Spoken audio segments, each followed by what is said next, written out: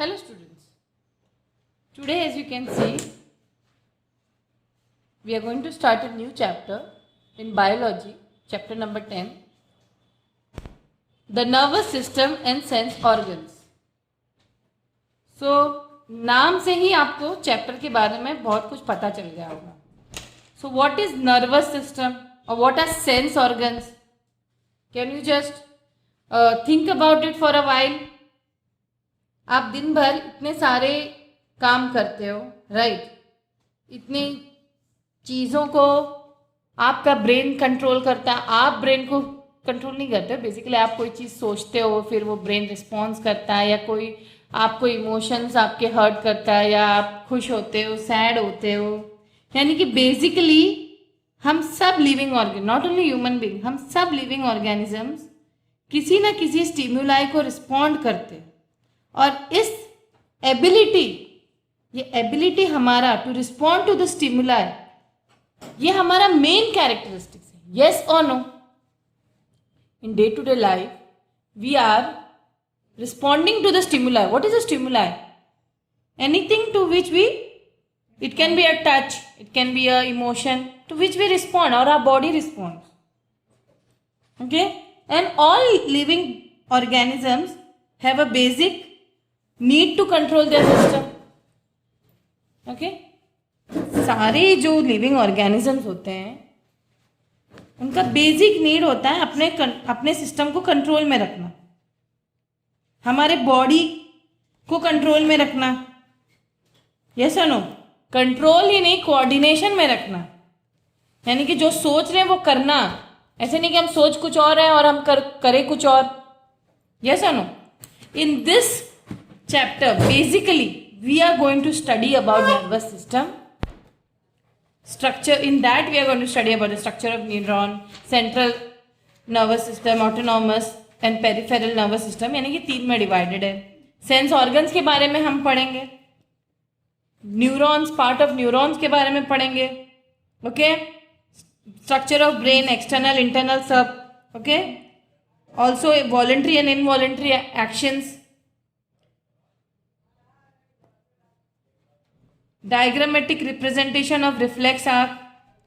Okay? Different between peripheral and autonomic nervous system, difference between neural and acquired reflex, external and internal structure and functions of eye and ear. यानी कि basically year को पढ़ेंगे, आई के defects को पढ़ेंगे. Okay? Sound या perception of sound कैसा होता है बाय ह्यूमन ईयर, वो पढ़ेंगे. हमारे बॉडी के मेंटेनेंस, बैलेंस मेंटेन करने में ईयर का क्या रोल है, यानी कि हमारे कान हमारे बॉडी का बैलेंस मेंटेन करते, ये क्या तरीका है, आई मीन ये कैसा होता है, ये हम पढ़ेंगे. Okay? So let us start. So as I said, introduction में मैंने आपसे बताया था कि हमारे बॉडी की एबिलिटी है to respond to a stimuli is the fundamental characteristic of all living organism. Yes or no? All living organisms have a basic need to control their system. सबके पास ये रिक्वायरमेंट है ही है कि अपने बॉडी को control में रखें. सेल्स और organs of the body do not work independently. हमें ये समझना चाहिए कि हमारे बॉडी में जो सेल्स हैं, जो ऑर्गन्स हैं, वो इंडिपेंडेंटली नहीं बिहेव करें, अपने ऊपर नहीं बिहेव करें, उनको कोई कंट्रोल कर रहा है. Their activities are controlled and coordinated. What do you mean by control? कैसे करना? जैसे हम टीवी को कौन कंट्रोल करता है? Remote control. हम जो कमांड देते हैं या वही वो टीवी करेगा, राइट? चैनल चेंज करते हैं तो चैनल चेंज हो जाता है. यानी कि टीवी ज़रूर डिस्प्ले में आ रहा है, लेकिन कंट्रोल कौन कर रहा है? रिमोट. उसी तरह अगर आप कंप्यूटर देखो, जब तक हम कमांड नहीं देंगे वो उस तरीके से बिहेव नहीं करेगा, या वो कमांड को फॉलो नहीं करेगा. या फिर ये सोचिए कि हमारे बॉडी में भी यही तरीका अपना रहे, बॉडी को भी कमांड दिया जा रहा है. इस वजह से हमारे बॉडी के अंदर जो एक्टिविटीज हैं वो कोऑर्डिनेट और कंट्रोल हो रहे हैं. यस और no? Therefore they work together, carrying out various functions, okay, needed at certain times and at certain rates according to the need of the body. Okay, क्योंकि बॉडी की need हर दिन भर में, हमारी बॉडी की नीड आप लोग सोचिए, सुबह हम थोड़ा सा लेस एक्टिव रहते हैं, जैसे उठ जाते हैं फिर थोड़ा नहा वहा लिया तो थोड़े से ज़्यादा एक्टिव होते हैं, we tend to do more work, by the time evening आती है फिर से हम लोग लेजी होने लगते हैं। तो हमारी जो बॉडी का जो एक्टिविटीज़ है ये क्यों हो रहा है, कैसे हो रहा है, इस चीज़ को हम समझेंगे। यहाँ पे एक टर्म दिया गया है coordination, specially in mammals, is achieve through two systems, okay, with its own particular role. Coordinate करना यानी कि तालमेल से चलना, और इस तालमेल को चलाने वाला कौन है? ब्रेन, हमारा nervous system.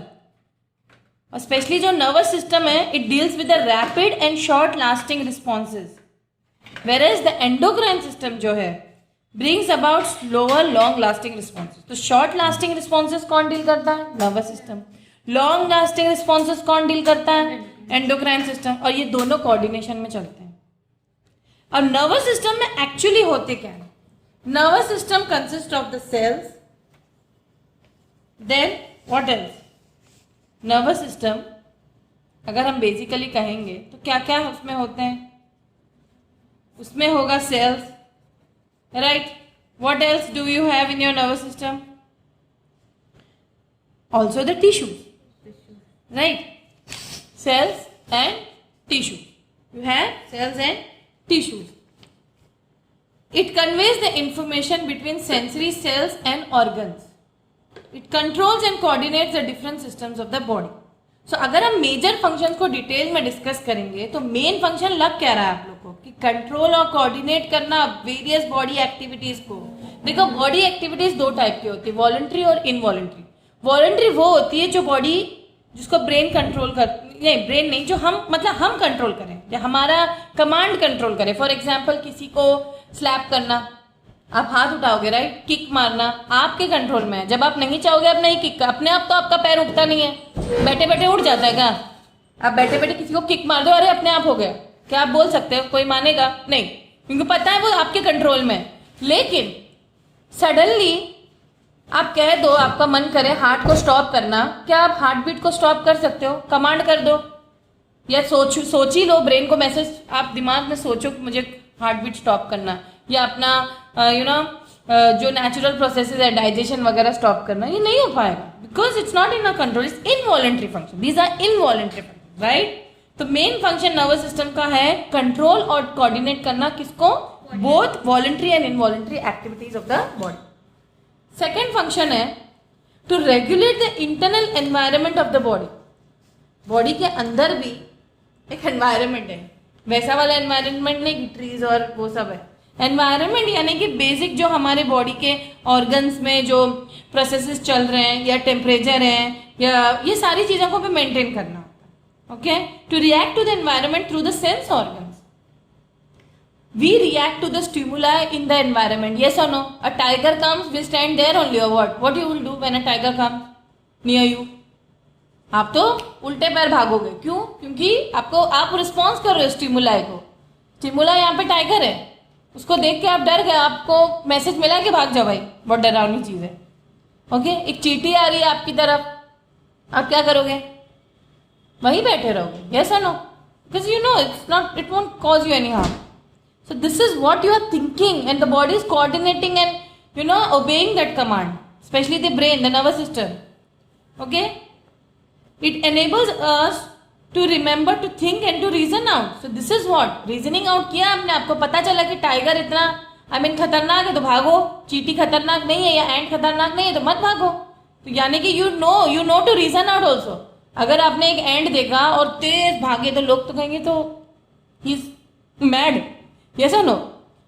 Because you are perceiving things and then reacting to the stimuli. You are not just reacting to the stimuli the way you want, because you are reasoning it out. You are thinking it in a logical manner and then behaving towards the stimuli.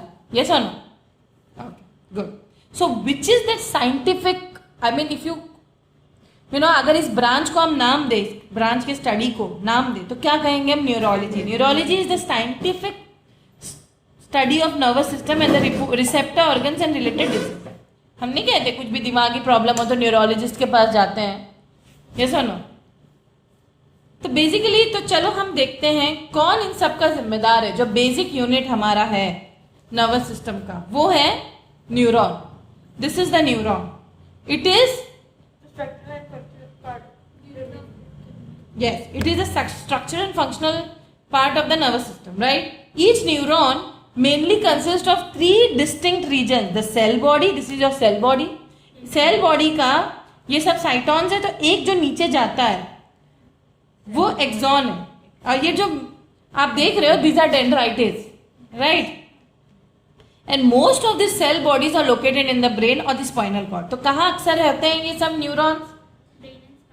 इस type के cell bodies हमें brain और spinal cord में दिखते हैं। Spinal cord यानी कि हमारी बैकबोन। ओके, तो अगर सेल बॉडी को और डिटेल में पढ़ें तो ईच सेल बॉडी और साइटॉन में क्या क्या होता है आप देख सकते हैं। न्यूक्लियस होता है, और बताइए ये होता है surrounded by granular what? Cytoplasm. ये थोड़ा ग्रैन्युलर होता है, तो आप यहाँ पे ग्रैन्यूल्स दिखा सकते हो। ओके, इसमें निस्लस ग्रैन्यूल्स होते हैं। तो ये जो ग्रैन्यूल्स होता है निस्लस बोलते हैं उसको। इसमें आरएनए ज्यादा होता है। ओके, जो प्रोटीन सिंथेसिस करते हैं। आरएनए का काम क्या होता है? राइबोन्यूक्लिक एसिड उसका फुल फॉर्म होता है, उसका जो फंक्शन होता है प्रोटीन सिंथेसिस होता है। Okay, typical cell organelles like lysosomes, mitochondria and Golgi complex are found in the cytoplasm. Okay, cytoplasm में क्या क्या होता है, कौन कौन से सेल ऑर्गेनेल्स है, that also I mentioned. Okay, only centrosome is absent in the nervous cells. अगर क्वेश्चन आया तो which cell body is not there or which cell organelle is not present in the cell body, the answer will be only centrosome, because these cells have lost the ability to divide. Centrosome उन cells में होते हैं जो divide करते हैं, और ये वाले cells डिवाइड नहीं करते, इस वजह से इसमें centrosome नहीं है। Okay, the cell body controls the metabolism in the axon and dendrite.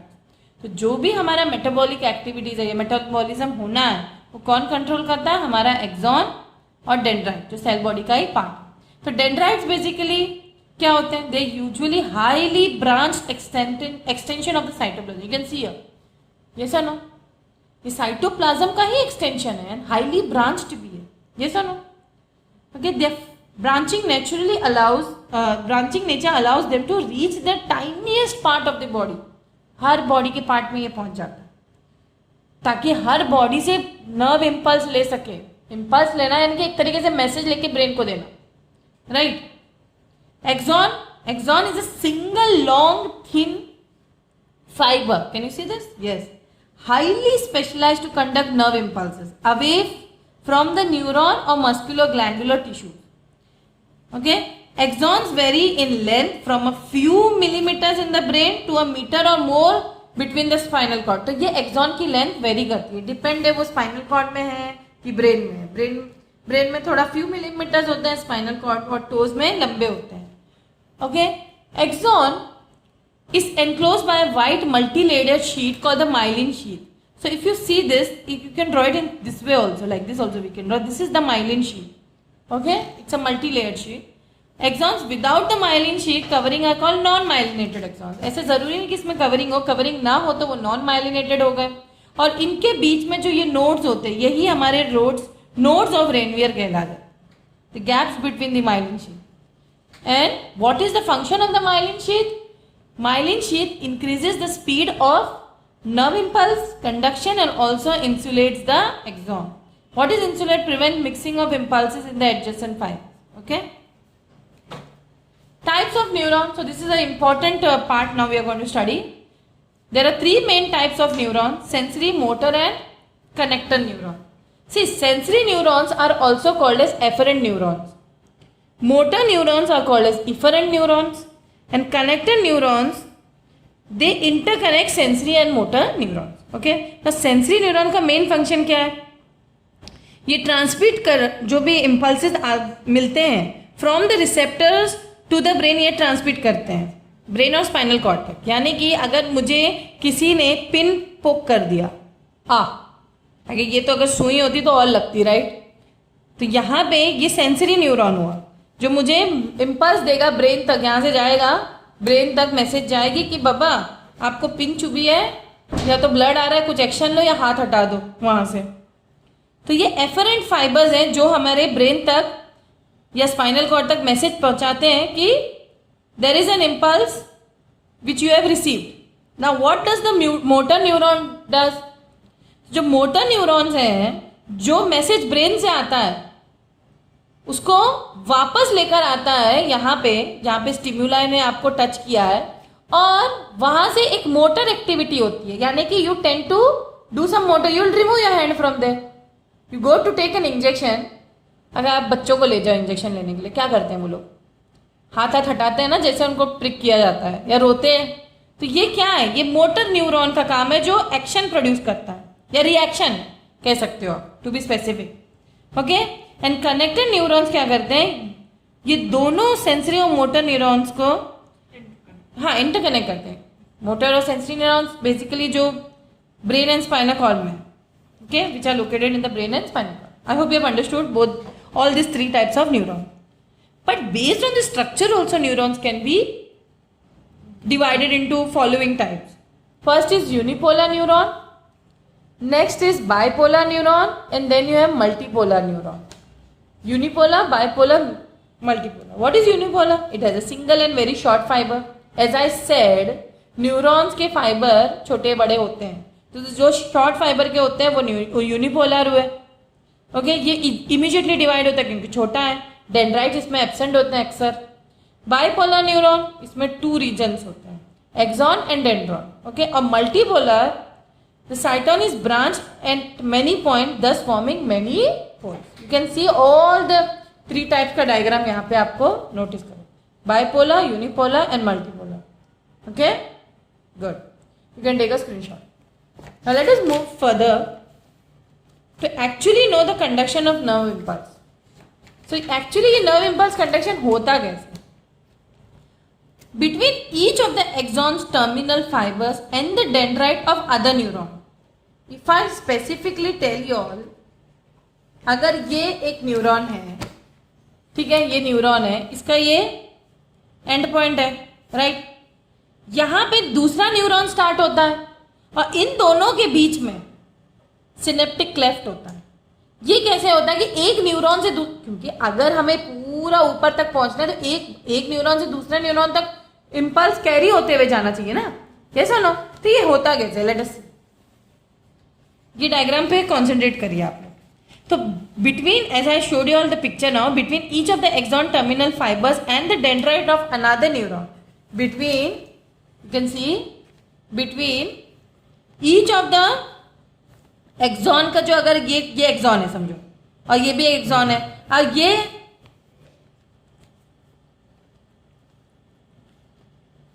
यहां पे आप लोग देखिए, ये क्या है? ये हमारा साइटोन है, साइटोन से नीचे चला गया एक्सॉन है, एक्सॉन नीचे जाते जाते दूसरा हमारा साइटोन है। इन दोनों के बीच में ये एक्सॉन हुआ, ये साइटोन हुआ। कि साइटोन और एक्सॉन, यानी कि एक्सॉन के जो टर्मिनल फाइबर्स है, जो एंड पॉइंट्स है, और डेंड्राइट नेक्स्ट न्यूरॉन का स्टार्टिंग पॉइंट होगा ना, डेंड्राइट्स उसके स्टार्टिंग पॉइंट होंगे। इन दोनों के बीच में एक गैप होता है, उसको हम कहते हैं सिनेप्टिक गैप। क्या कहते हैं? Synaptic gap. और होता क्या है?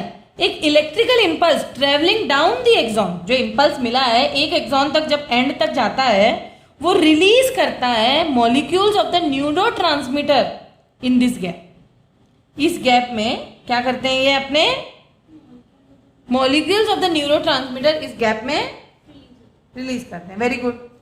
और normally the outer surface of the neuron carries positive charge. जो भी न्यूरॉन होते हैं उसके आउटर सरफेस में पॉजिटिव चार्ज होती है। ये देखो, अगर ये एक न्यूरॉन है कंसिडर, इसके आउटर सरफेस में पॉजिटिव चार्ज है, तो उसके अंदरूनी तरफ क्या होगा? नेगेटिव चार्ज होगा। ओके, और इस स्टेट को normally the outer surface neurons carry positive, this state is called polarise state. Okay, और यहाँ पे ये जो पॉजिटिव होता है ये Na+ आयंस होते हैं outside the axon membrane. Na+ ही होता है, आप लोग को पता ही है, पॉजिटिव होता है, पॉजिटिव आयन होता है, राइट? तो पोलराइज स्टेट में कैसे कंडक्ट कर रहा है? देखो किस तरीके से ये जा रहा है। जब वो एक्साइट होगा तो कैसे जाएगा? बेसिकली है क्या? तो फंक्शन कैसा होता है? Helps in passing information from one neuron to another. अगर हम सिनेप्स का फंक्शन कहें तो वो कंडक्शन ऑफ नर्व इम्पल्स करते हैं from one axon to another, one neuron to another. तो जैसे हम समझो इसको एक्साइट कर दे, इसीलिए पोलराइज स्टेट है, प्लस ऊपर माइनस नीचे, ठीक है। तो ऑन बीइंग स्टिमुलेटेड, मैंने इसको स्टिमुलेट कर दिया या मैंने कोई स्टिमुला इसके सामने लिया है, हमने किसी स्टिमुला यानी कि कुछ मुझे चीटी काटी तो अचानक में स्टिमुलेट हो गई, तो जो axon membrane at that spot become more permeable to Na+ को ज्यादा परमिएबल करता है और विच मूव्स इनवर्ड्स। ये जो दो समझिए ये पार्ट एक्साइट हो गया, एक्साइटेड रीजन है, तो यहाँ पे जो Na+ था बाहर वो अंदर को आ रहा है। याद रखना, they become permeable once you get a stimuli. जो पोलराइज स्टेट था पोलराइज नहीं रहेगा कि प्लस बाहर और माइनस बाहर, जो प्लस बाहर था वो अंदर को आएगा, ऑब्वियसली जो अंदर वाला नेगेटिव वो बाहर जाएगा। Hence the interior of the neuron becomes positively charged while outer surface becomes negatively charged. You have to remember this. And this causes what? पहले polarized state था, अब क्या होगा? Depolarization. Yes or no? And this depolarization state is actually your excited state. Okay? At this point of depolarization becomes a stimulus for the next neighboring area. क्योंकि अगर आपने यहाँ का एरिया डिस्टर्ब कर दिया excited, तो दूसरा भी अपने आप डिस्टर्ब हो जाएगा। ओके, क्योंकि प्लस माइनस तो धीरे धीरे वो भी कन्वर्ट होना शुरू करेगा, which in turn become depolarise. और जब ये डिपोलराइज हो जाता है, see when this becomes depolarise then the पहले वाला फिर से पोलराइज हो गया। Okay, the previous area becomes repolarise due to active transport of sodium ions again to the outside. ये एक्टिव होता रहता है, ऐसे नहीं कि स्टॉप होता है। Okay, so this is how the conduction of a nerve impulse in a nerve fiber takes place due to polarization and depolarization. Good. Now what is synapse? I told you it's a junctional region between two neurons. And what happens when at this junction when information from one neuron is transmitted to another. Okay? और handed over to another neuron. क्योंकि एक लंबा सा ये neuron होता है ना, तो एक न्यूरॉन से दूसरा न्यूरॉन तो पहुंचना ही है। तो but there is no protoplasmic connection between the two neuron, कोई प्रोटोप्लाज्म नहीं है। The synapse actually comprises the junction form by two membranes from each cell and the fluid space between the membrane. तो fluid इसमें इन दोनों membranes के बीच में क्या है? फ्लूइड भरी हुई है, right. Because neural messages travel in one direction the membrane of the sending cell is called presynaptic membrane. जो मैसेज सेंड कर रहा है वो प्रीसिनेप्टिक मेम्ब्रेन होगा, और जो रिसीविंग एंड पे मैसेज है वो वाले हम सिनेप्स को कहेंगे पोस्ट सिनेप्टिक मेम्ब्रेन, और द फ्लूइड को हम क्या कहेंगे? Synaptic cleft. Very important terms, please study them. You can see all this in this diagram, ठीक है। This is your post synaptic membrane, okay. This is the small mitochondria, these are synaptic vessels. What else you can see? You can see presynaptic membrane also, जो send कर रहा है message, post synaptic जो receive कर रहा है, ये सुनो। और ये सिनेप्टिक क्लेफ्ट है, इन दोनों के बीच में ये सिनेप्टिक क्लेफ्ट है, right. Synaptic cleft about 20 millimetre wide होता है, इसमें कैल्शियम आयंस वगैरह होते हैं, okay. So let us move further and functions. If you अगर फंक्शंस पूछा जाए सिनेप्स का, तो मेन फंक्शन है helps in passing information from one neuron to another. Second function helps the adjacent neurons to be excited और inhibited. Depend होता है ना स्टिमुलाई के हिसाब से वो एक्साइटेड या इनहिबिटेड होता है। इनहिबिट होना है ना रुकना, एक्साइटमेंट रुकना। एम्पलीफाई द सिग्नल, डिपेंड है कैसा स्टिमुला है, सिग्नल एम्पलीफाई करना है, बहुत एक्साइट करना है या बहुत लो करना है। Ensures that nerve impulse travels in one direction only, very important. इसीलिए इसी नर्वस सिस्टम, जैसे घर में अगर इलेक्ट्रिक वायरिंग में गड़बड़ हो तो वो सही से पंखा चलेगा नहीं या सही से मशीन चलेगी नहीं, उसी तरह अगर आपके भी नर्वस सिस्टम या न्यूरॉन्स में गड़बड़ हो तो ये भी, क्योंकि एक नर्व इम्पल्स है, हमारे इलेक्ट्रिकल वायर में इलेक्ट्रिकल इम्पल्स जाता है, और हमारे नर्वस सिस्टम में या नर्व फाइबर्स में या न्यूरॉन्स में नर्व इम्पल्स जाता है। इनमें भी अगर कोई गड़बड़ी हो तो नहीं आप लोग को दिखता है, कुछ लोग इनअप्रोप्रिएट बिहेव करते हैं, क्योंकि हम नहीं कहते उनका कुछ ढीला है, या काइंड ऑफ, तो यही ढीला होता है, इसको ढीला नहीं करना होता है, इसको हमेशा टाइट रखो, आई मीन फिट रखो। Nerves, what are nerves then? तो what are nerves? Nerves are thread like glistening white structures that emerge from the brain and the spinal cord and then branch out to almost all parts of the body. यानी कि एक nerve में एक nerve is made up of bundle of nerve fibres, यानी कि बहुत सारे axon enclose in a tubular sheet. Okay, और नर्व्स भी 3 टाइप के होते हैं, sensory nerve, motor nerve and mix nerve. Sensory nerve क्या होगी? They contain only sensory carrying impulsive, same thing, वही चीज है। From the sense organs called receptors to the brain और spinal cord. Example an optic nerve. हम कोई चीज देखते हैं तो ब्रेन जो है, ब्रेन के अंदर एक ऑप्टिक नर्व होती है जो मैसेज देती है कहाँ तक? आइस को देती है कि कुछ बाबा दिखा है, देख लो। आइस में देख के वापस से उसी ऑप्टिक नर्व के थ्रू ब्रेन को। हाँ, तो यही होता है सेंसरी नर्व, ऑप्टिक नर्व होगा। तो आई जो देखती है वो ऑप्टिक नर्व के थ्रू जाता है ब्रेन में, ब्रेन इंटरप्रीट करता है। तो ये होगा हमारा सेंसरी नर्व। मोटर नर्व क्या होगा? जो आई बिहेव करेगी बदले में, आई बॉल्स रोटेट करने लगेगी। समझो अगर आंख में कचरा चला गया तो आई बॉल्स को लाल हो जाएगी या कुछ भी, मतलब वो जो उसका रिएक्शन होगा वो मोटर नर्व प्रोवाइड करेगा। तो they contain only motor fibres. और मिक्स नर्व में they contain both sensory and motor fibre. Example spinal nerve. तो major divisions of the nervous system are the brain, very very important. ये जो main part है हमारा human nervous system is divided into CNS and PNS, that is central nervous system and peripheral nervous system. Okay, central nervous system हमारे further divided है brain और spinal cord में। brain is further divided into cerebrum, cerebellum and medulla oblongata. Okay, and peripheral nervous system is further divided into somatic and autonomic nervous system. और somatic nervous system is divided into cranial and spinal nerve. देखो total कितने होते हैं? 43 pairs of nerves होते हैं somatic nervous. उसमें से 12 pairs cranial nerves के होते हैं, 31 पेयर स्पाइनल नर्व। ये आप लोग को पता होना चाहिए। और ऑटोनॉमिक नर्वस सिस्टम ये डिवाइडेड ऑन द सिंपैथेटिक और पैरासिम्पैथेटिक नर्वस सिस्टम। तो अगर हम इसको एक एक को फोकस करके पढ़ें, सबके फंक्शंस को फोकस करके पढ़ें, तो tell me about brain. Let us see the diagram of the brain first. Or the central nervous system, yes, students.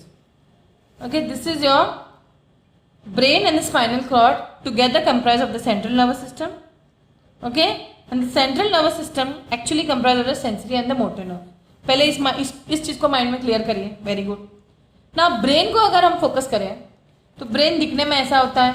अपने तो ह्यूमन ब्रेन तो शायद देखा होगा, बट जानवर का ब्रेन तो देखा ही होगा। बहुत से लोग जो नॉन वेजिटेरियन से खाते भी हैं ब्रेन, तो ऐसे ही दिखता है, एनिमल ब्रेन भी काइंड ऑफ। लेकिन अगर ह्यूमन ब्रेन पे फोकस करो तो वो ऐसे दिखता है। Okay, it comprises of the fore brain, mid brain and hind brain. ये फोर ब्रेन जो फ्रंटल पार्ट होता है। फोर ब्रेन हमारा ये जो सामने वाला पार्ट होता है, विच comprises of the cerebrum and diencephalon भी बोलते हैं। Mid brain comprises of the optic lobes and cerebral pentacles, ये सब जो सेरेब्रल पेंडिकल्स हैं। और हाइंड ब्रेन जो होता है, it comprise of the cerebellum, medulla and pons. ये स्ट्रक्चर मार्क्ड भी है, आप लोग अच्छे से देख लीजिए। और ये पूरे brain is protected by cranial bones and meninges. याद रखना, पूछा जाए। Okay, meninges which are continuous with spinal cord consist of 3 layers, outermost dura mater, outermost matter को dura mater बोलते हैं, middle को arachnoid and innermost pia mater। ठीक है, और the space between the inner 2 layers is filled with cerebrous, very very important students। जो cerebrospinal fluid होता है, इसका फंक्शन एग्जाम में आते हैं। क्यों?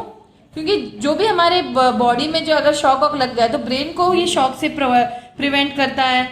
जर्क्स या जोड़, अगर सर पे चोट लग गई डायरेक्ट हमारा ब्रेन नहीं डैमेज होता है अनटिल एंड अनलेस वो जो एक्सीडेंट बहुत मेजर क्यों ना, छोटे मोटे एक्सीडेंट्स होते रहते हैं, हम लोग गिर जाते हैं, कि हमारा ब्रेन खराब हो जाता है? नहीं।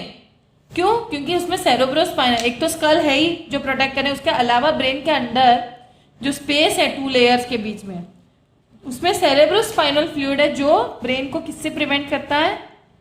इंजरी से। और it serves as shock absorbing medium, jolts, jerks, इनसे प्रिवेंट करता है। ना कि वो सिर्फ हमें सेरेब्रोस्पाइनल फ्लूइड हमें शॉक एब्जॉर्बिंग मीडियम प्रोवाइड करता है, but also supplies the neurons in the brain with respiratory gases and nutrients and remove wastage. यानी कि ब्रेन को भी, ब्रेन के अंदर भी रेस्पिरेटरी गैसेज ऑब्वियसली चाहिए, ऑक्सीजन चाहिए ब्रेन तक भी ना, और वहाँ के भी वेस्टेज निकालने होते, कार्बन डाइऑक्साइड अगर है, वहाँ भी सेल्स है ना, क्योंकि the cells of the anterior and posterior choroid plexus in the roof of the brain secrete this fluid. Okay, जो रूफ ऑफ द ब्रेन में ये फ्लूइड सिक्रीट होते हैं। और ब्रेन अप्रोक्सीमेटली 1400 ग्राम का होता है। ओके, एंड डिविजन तो मैंने आपको बताया ही है। Brain comprises little more than 2% of the body's weight, अगर आप लोग नोट करो, और 20% of the whole body's energy. यानी कि जो भी खाना पीना होता है ज़्यादा से ज़्यादा एनर्जी कौन ले लेता है? ब्रेन। भले 2% है, मतलब छोटा पैकेज बड़ा धमाका है ब्रेन। ओके, फोर ब्रेन को अगर हम डिटेल में डिस्कस करें, ये समझो जो आपका जितना भी इंटेलिजेंसी है, जितने भी जो कहते हैं दिमाग वाले इंसान हो, उनका अगर सेरेब्रम चंगा है तो वो चंगे हैं। ये हेरिडिटरी भी हो सकता है या पढ़ पढ़ के भी हो सकता है। मस्त चंगा होता है पंजाबी वर्ड फॉर मस्त है। Okay, so it consist of cerebrum, diencephalon and olfactory lobe. तो cerebrum basically is the largest part of the brain. Okay, and is divided in right and left halves. दो हाफ्स में divided है, right और left hemisphere. These are connected together by sheet of nerve fibers called corpus callosum. What is it called? Corpus callosum. ये question आता है कि दोनों side of the brain, जो लेफ्ट और राइट हाफ्स हैं हेमिस्फीयर ऑफ द ब्रेन या cerebral hemispheres जो हैं, वो कैसे कनेक्टेड है? Corpus callosum. इसका बहुत बार क्वेश्चन आया है एग्जाम में। The wall of cerebrum has two regions again. Outer region is called the cortex and contain cell bodies of neurons and greyish colour. Okay, इसीलिए आउटर रीजन को grey matter कहते हैं। और इसमें बहुत सारे रिजेस एंड ग्रूव्स हैं, आप लोग यहाँ देख सकते हो, ऐसे फोल्डिंग्स है, यही रिजेस और ग्रूव्स बोलते हैं उसको। ओके, और ये जो रिजेस, ये जो हाईली कॉन्वुलेटेड ये जो रिजेस हैं, इनका भी कोई काम होगा? ऐसे ही नहीं अल्लाह ताला ने यहाँ साइंटिफिकली ये बनी है। क्यों बना है? कोई वजह होगी, क्योंकि दिस कॉन्वल्शंस या convolutions increase the surface area and total grey matter. The number of convolutions are believe to be associated with the degree of intelligence. यानी कि अगर किसी का ब्रेन आपको मिला हाथ में, ज्यादा कॉन्वल्यूशंस है उसमें, यानी कि वो बंदा बहुत इंटेलिजेंट है। ओके तो ये हेरिडिटी भी इसलिए नहीं कहते हम, दिमाग हेरिडिटी भी होती है। तो बच्चों को बचपन से कुछ लोग नहीं, कितना भी पढ़ ले नहीं समझ में आता है। Inner region of cerebrum has white matter. तो मैंने क्या कहा? आउटर रीजन ग्रे मैटर है और इनर रीजन क्या है? White matter. और उसमें एक्सॉन्स ऑफ द न्यूरॉन्स बहुत है। Cerebrum is the seat of consciousness. अगर फंक्शन की बात करें तो जो थिंकिंग, मेमोरी, रीजनिंग, मैंने कहा ना, जिसका सेरेब्रम चंगा वो बंदा चंगा। Perception and stimulus, interpretation, everything is dealt by cerebrum. It has both sensory and motor centres. Okay, देखो सेंसरी सेंटर अलग अलग होता है, आईज के लिए, साइट के लिए, रीडिंग के लिए, हियरिंग के लिए, सब अपना अलग अलग सेंटर होता है वहाँ पे। ओके, पेन के लिए, प्रेशर के लिए। इसीलिए ना एक जगह भी खराबी हो, कभी कभी मेडिसिन हम लोग ऐसे लेते हैं कि पेन वाले सेल्स को हम लोग बंद कर दें, हिंडर कर दे, तो हमें पेन महसूस नहीं होता है।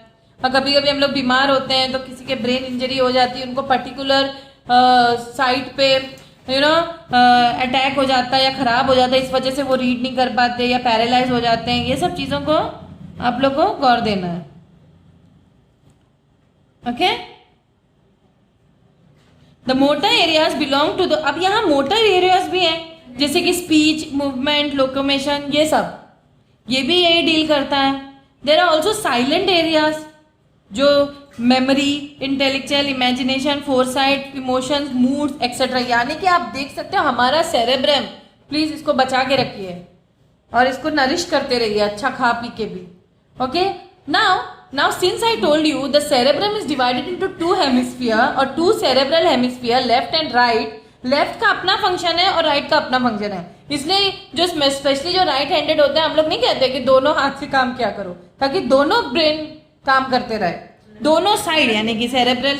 तो मोस्टली जो लेफ्ट साइड होता है of the brain controls right handedness. जो भी सीधे हाथ से लिखते हैं वो left side of the brain control करता है, और जो उल्टे हाथ से लिखते हैं उनका ब्रेन का राइट पार्ट या राइट हेमिस्फीयर कंट्रोल करता है, ठीक है। तो जो left side of the brain controls right handedness, spoken, written language, सब कुछ, न्यूमेरिकल, साइंटिफिक स्किल, रीजनिंग। और जो राइट हैंड होते हैं, जो राइट हैंड वाले होते हैं, सॉरी, जो राइट साइड जो होता है ब्रेन का, वो लेफ्ट हैंडेडनेस लोगों को या लेफ्ट हैंडेडनेस को कंट्रोल करता है, like musical, artist, awareness, insight and imagination. यहाँ से आप ये देख सकते हो जो लेफ्ट हैंड वाले होते हैं वो बहुत जो राइट साइड का अपने मतलब आप देख सकते हो, जो लेफ्ट हैंड साइड और राइट हैंड साइड के लोगों में भी आप लोग डिफ्रेंशिएशन कर सकते हो, है ना। राइट साइड वाले ज़्यादा इंटेलिजेंट आपको दिखता नहीं, जो लेफ्ट हैंड वाले होते हैं वो ज़्यादा रीजनिंग और अवेयर लोग होते हैं, आर्टिस्टिकली अवेयर होते हैं, okay. Cerebrum is the store house of past experiences which may be record during dreams और हिप्नोटाइजेशन। इसीलिए डे टू डे एक्टिविटीज जो होती है वो हमारे ड्रीम्स में भी आती है, और जब भी हमें हिप्नोटाइज किया जाता है, जो भी हमारे सेरेब्रम में मेमोरीज हैं वही हमें हिप्नोटाइजेशन में या ड्रीम्स में दिखते हैं। Now what is diencephalon? It lies concealed by the cerebrum, okay. Cerebrum में कंसील्ड रहता है वो, ओके। आप देख सकते हो यहाँ पे डायनसेफेलॉन मार्क्ड है, ये सेरेब्रम है हमारा। अब मैं दिखाती हूँ डायग्राम आप लोग को। ये रहा हमारा सेरेब्रम है, उसी में देखो फोर ब्रेन के अंडर ही आता है, ये थैलेमस और हाइपोथैलेमस डायनसेफेलॉन के अंडर आता है, यानी कि ये part, okay okay, very good. Let us discuss its function. It has two parts, thalamus and hypothalamus. Thalamus is concerned with relaying sensory impulses except those of smell and regulation, जो भी sensory impulses उसको relay करता है। Hypothalamus coordinates various autonomic activities of the body including water balance, control of pituitary gland, body temperature, blood pressure etc. यानी कि जो हमारे autonomic activities जो हमें हाइपर या हमें लो करते हैं, ऑटोनॉमिक एक्टिविटीज देखो दो टाइप के होते हैं, सिंपैथेटिक, पैरासिम्पैथेटिक, वो हम आगे डिटेल में डिस्कस करेंगे। लेकिन ये जो डायनसेफेलॉन है उनको कंट्रोल करता है, स्पेशली थैलेमस। डायनसेफेलॉन में एक कैविटी है जिसको हम कहते हैं third ventricle, okay. The roof of the diencephalon, जो उसके ऊपर का layer, roof poses an anterior choroid plexus for the formation of cerebrospinal fluid, यानी कि यहीं से हमारा सेरेब्रोस्पाइनल फ्लूइड का बनना शुरू होता है। और जो interior surface of diencephalon bears optic chiasma and pituitary gland. तो ये सब टर्म्स आप लोग को पता होना चाहिए, ये याद कर लो। ऑल्फैक्टरी लोब्स, हम इनके डिटेल में नहीं जाएंगे क्योंकि आप लोग अभी 10th स्टैंडर्ड में हो। डिटेल में जब आप डॉक्टर्स या फ्यूचर में रिलेटेड टू बायो कुछ करोगे रिसर्च, तो आप ब्रेन के अंदर जा सकते, रिसर्च कर सकते। Olfactory lobes, so olfactory you know is the term is related to smell। तो ये जो olfactory lobes हमारे कहाँ पे होते हैं? अगेन olfactory lobes हमारे कहाँ होते हैं? ब्रेन के किस पार्ट में? सेरेब्रम में ना, नहीं फोर ब्रेन में सेरेब्रम, डायनसेफेलॉन और olfactory lobes होते हैं। So these are a pair of small club-shaped solid structures lying on the lower surface of the cerebrum. I showed you all now olfactory lobes in the diagram. Olfactory lobes are connected with relay of sense of smell. Okay. So as I said, olfactory lobes are connected with the relay of sense of smell. So students, what is relay? Relay is nothing but to relay means to send or transfer something. Relay means to send और transfer. Basic English आप लोग को आनी चाहिए, transfer something, okay. So again and again if I use this term you should understand. Mid brain, the mid brain connects the fore brain to hind brain and controls muscle toning, modifies some motor activities and also has reflexes for sight and hearing, ठीक है। इनके लिए इसके reflexes हैं कि इसमें basically optic lobes और cerebral peduncles होते हैं। तो अगर हम कहें कि mid brain is divided into, it consist of optic lobes and cerebral peduncles. So what are optic lobes? A pair of optic lobes is located on the dorsal side of the mid brain. What? So what do you mean by dorsal? So what did I say? A pair of optic lobe is located on the dorsal side of the midbrain. In biology, remember students, dorsal means the upper surface of an animal or a part. Okay, and ventral, even in animal kingdom chapter में dorsal ventral word बहुत आता है, ठीक है। और ventral मतलब lower और the opposite side of that particular, या आप कह सकते हैं लोअर और वेंट्रल सरफेस, ठीक है। तो हम डोर्सल वर्ड बीइंग और लोकेटेड नियर के लिए भी यूज कर सकते हैं, या ऑन ऊपर के लिए भी यूज कर सकते हैं, या अपर सरफेस के लिए भी यूज कर सकते हैं, और वेंट्रल यानी कि lower surface, okay, towards the back of posterior part में, ओके। वेंट्रल हम, डोर्सल आप लोग चाहे तो लिख सकते हो, एज बायोलॉजी स्टूडेंट आप लोग को ये टर्म्स पता होना चाहिए। डोर्सल यानी कि आप अपर सरफेस लिख सकते हो, ओके ओके। और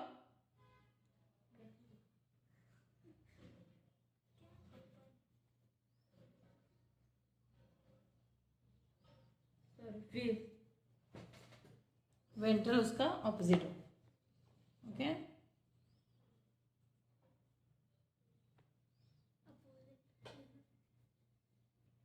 सो आई hope you have understood this part कि डोर्सल को हम अपर सरफेस या बैक भी कह सकते हैं, और वेंट्रल को हम लोअर सरफेस या फ्रंट भी कह सकते हैं, ओके। और you can call it as anterior also and posterior. So these are certain biological terms which you need to know and understand in biology. Whenever I use this term dorsal, means you should understand that I'm talking about something which is posterior or at the back, and if I'm talking about the ventral, something which is anterior or lower or in front.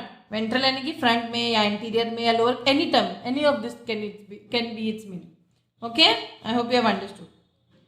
So cerebral ventricles are paired structures present on the ventral side of the midbrain, यानी कि front, yes और no, या interior you can say, of human mid brain. This part relays, again this relays means transfer of sense, okay, motor impulses from cerebral cortex to the pons. Very cerebral cortex, brain का आप diagram देखिए जैसे जैसे पढ़े, इसके बाद आप एक वीडियो ज़रूर देखिएगा, यूट्यूब से आप देख सकते हो, ठीक है. इससे आप डिजिटलाइज्ड आपको वीडियो मिल जाएगा, you can see the parts clearly. This part relays motor impulses from cerebral cord to the pons and spinal cord, as well as relays sensory impulses from the spinal cord to the thalamus. This is its function. इससे इतना question नहीं आता है, basically overall question पूछा जाएगा, specially cerebrum से. Okay, then you have cerebellum से एक इंपॉर्टेंट क्वेश्चन आता है कि it controls the body balance, right. ये वाला क्वेश्चन बहुत आता है कि कैसे, क्योंकि it is a well developed and lies between cerebrum and above the medulla. If you want picturization, I can show you, but digital video you have to watch. So this is your cerebellum, right? This is your cerebellum, and it lies below the cerebrum. Yes or no? It lies below the cerebrum.